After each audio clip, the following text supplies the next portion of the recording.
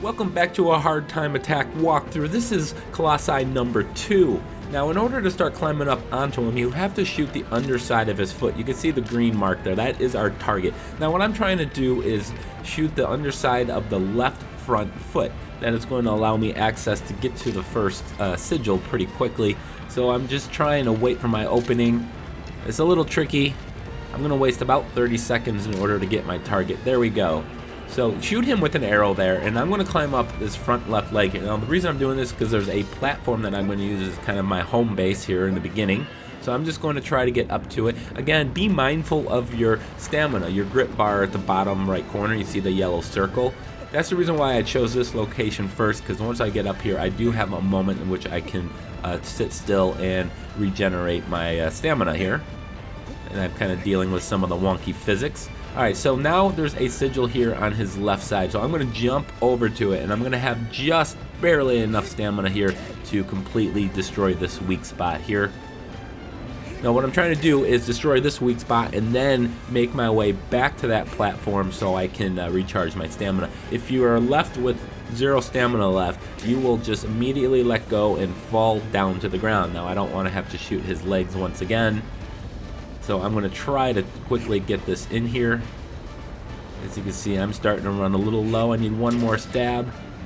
Alright, so now I got to try to make it back to that left platform. I'm going to barely make it, but I will eventually make it here. At which point I will then recharge my stamina.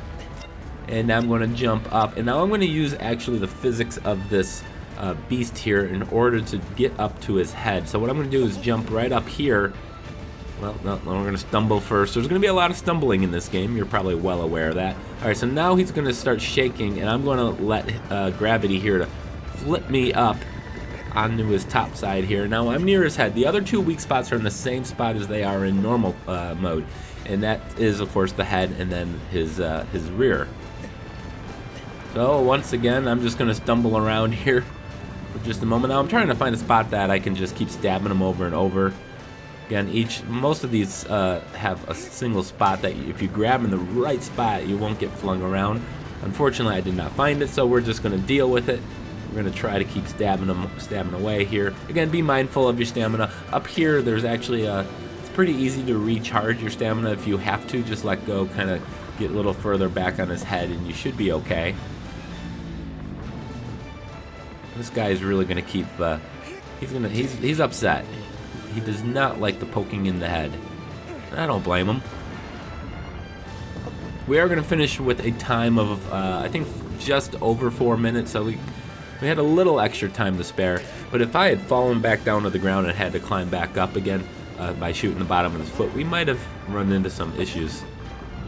Alright, so once again, I'm running low on stamina, but I do know one more hit is going to end this one here. Now I'm going to go back to his rear. This is actually easier back here. He's not going to flail around like that as much, assuming you can get back there. He's going to do everything he can to prevent you from doing that.